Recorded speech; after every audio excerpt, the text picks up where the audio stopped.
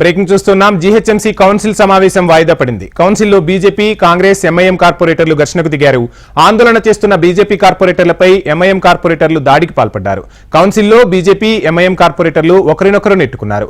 ఉద్రిక్తతల మధ్య GHMC council వాయిదా పడింది. కౌన్సిల్ జరిగిన తీరుపై ఎంపీ ఈటెల రాజేందర్ తీవ్ర ఆగ్రహం వ్యక్తం చేశారు.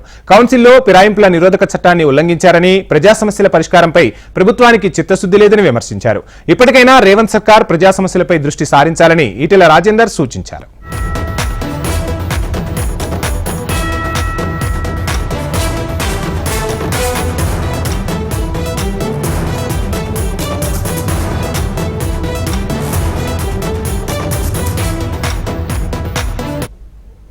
జీహెచ్ఎంసీ కౌన్సిల్ సమావేశం వాయిదా పడింది. కౌన్సిల్లో బీజేపీ, కాంగ్రెస్, ఎంఐఎం కార్పొరేటర్లు ఘర్షణకు దిగినట్టుగా తెలుస్తుంది. ఇదే అంశానికి సంబంధించి ఓవరాల్ డీటెయిల్స్ మా ప్రతినిధి రామకృష్ణ అందిస్తారు. రామకృష్ణ,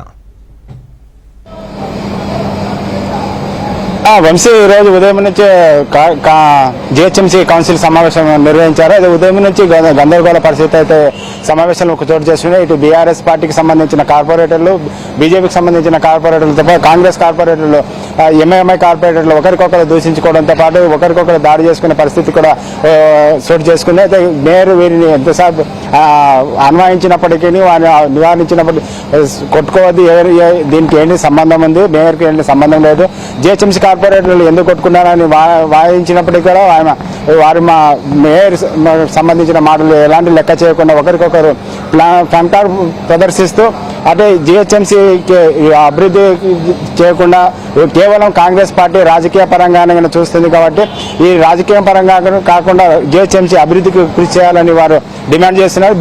బీఆర్ఎస్కి సంబంధించిన కార్పొరేటర్ ఎమ్మెల్యేలు కూడా హాజరయ్యారు. కొందరు ఈ సమావేశానికి హాజరు కాలేదు. అయితే కార్పొరేటర్లతో పాటు బీజేపీకి సంబంధించిన కార్పొరేటర్లు కూడా ఎక్కడైతే కాంగ్రెస్ గవర్నమెంట్ 6 హామీలు ఇచ్చింది కాబట్టి సూపర్ 6 హామీలు అమలు చేయాలి. ఇప్పటివరకు అయితే హామీలు పక్కన పెట్టి కేవలం ఎవరైతే మాట్లాడడానికి అభివృద్ధి కోసము సాయం చేయాలని ఎవరినైతే అడగడానికి పోతున్నారో వారికి కండవల్ కప్తో పార్టీలోనికి ఆహ్వానిస్తున్నారు తప్ప అభివృద్ధి గురించి ఏమాత్రం పట్టించుకోవడం లేదు.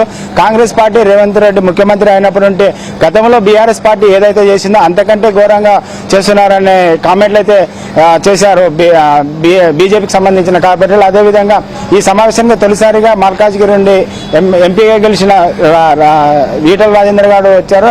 అయితే ఇక్కడ సమావేశము అభివృద్ధి ఎజెండాగా జరుగుతుందని ఆశించి ఇక్కడికి వచ్చాము. అయితే ఇక్కడ మాత్రం ఎలాంటి అభివృద్ధి కానీ అభివృద్ధికి సంబంధించిన అంశాలు కాకుండా కేవలం రాజకీయ పరంగానే ఇక్కడ సమావేశం నిర్వహించారు. ఇది రాజకీయ పరమైన సమావేశంలో జిహెచ్ఎంసీలో ఇప్పటివరకు అయితే 6 నెలల నుంచి సమావేశం నిర్వహించి జిహెచ్ఎంసీలో అనేక సమస్యలు ఉన్నాయి. ఆ సమస్యలకు కృషి చేశారని అనుకున్నప్పటికీ ఎలాంటి ఎజెండా లేకుండా ఈ సమావేశాలు నిర్వహించారు.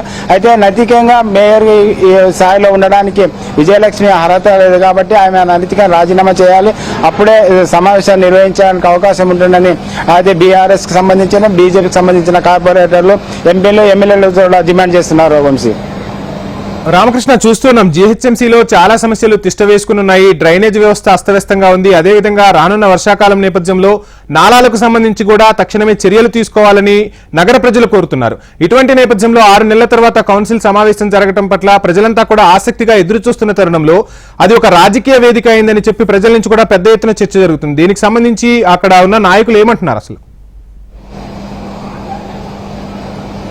అదే ఇది పెద్దగా వర్షాకాల సమావేశంలో జిహెచ్ఎంసీ పరిధిలో అనేక సమస్యలు ఉన్నాయి. ఇటు సీజనల్ వ్యాధులు కూడా వ్యాపించిన నేపథ్యంలో వాటి గురించి సమస్యల పరిష్కారం కోసం సమావేశం నిర్వహిస్తారని భావించినప్పటికీ మేయర్ ఏమైతే ఎజెండా పక్కన పెట్టి రాజకీయాలు మాత్రమే మాట్లాడుతున్నారు. అయితే బీజేపీకి సంబంధించిన కార్పొరేటర్లకు కానీ బీఆర్ఎస్కి సంబంధించిన కార్పొరేటర్లకు కానీ మాట్లాడే అవకాశం ఇవ్వడం లేదు. మాట్లాడే అవకాశం ఇవ్వడం వల్ల మేము బైకాట్ చేయాల్సిన పరిస్థితి వచ్చిందని కూడా వాళ్ళు చెప్తున్నారు. అయితే కాంగ్రెస్ పార్టీకి కార్పొరేటర్లు తక్కువ సంఖ్యలో ఉన్న వాళ్ళు ఎలాంటి సమస్యలు ఉన్నా వాళ్ళకి సాయం చేయడానికి మాత్రమే రేవంత్ రెడ్డి పిలుస్తున్నారు. అయితే ఇక్కడ మనం చూసినట్టయితే ఈటెల రాజేందర్తో పాటు బీఆర్ఎస్ ఎమ్మెల్యేలు కూడా ఘాటుగా స్పందించారు. అయితే ఈ సమస్యలు పట్టించుకోకుండా రాజకీయాలకు పోతున్నారు. ఈ కాంగ్రెస్ పార్టీ మొదటి నుంచి కూడా గతంలో కంటే బీఆర్ఎస్ పార్టీ ఏ విధంగా చేసిందో అంతకంటే ఘోరంగా ఇప్పుడు బీఆర్ఎస్ పార్టీ నుంచి ఎమ్మెల్యేలకు లాక్కుంటున్నారని ఈటెల రాజేందర్. Thank you Ramakrishna.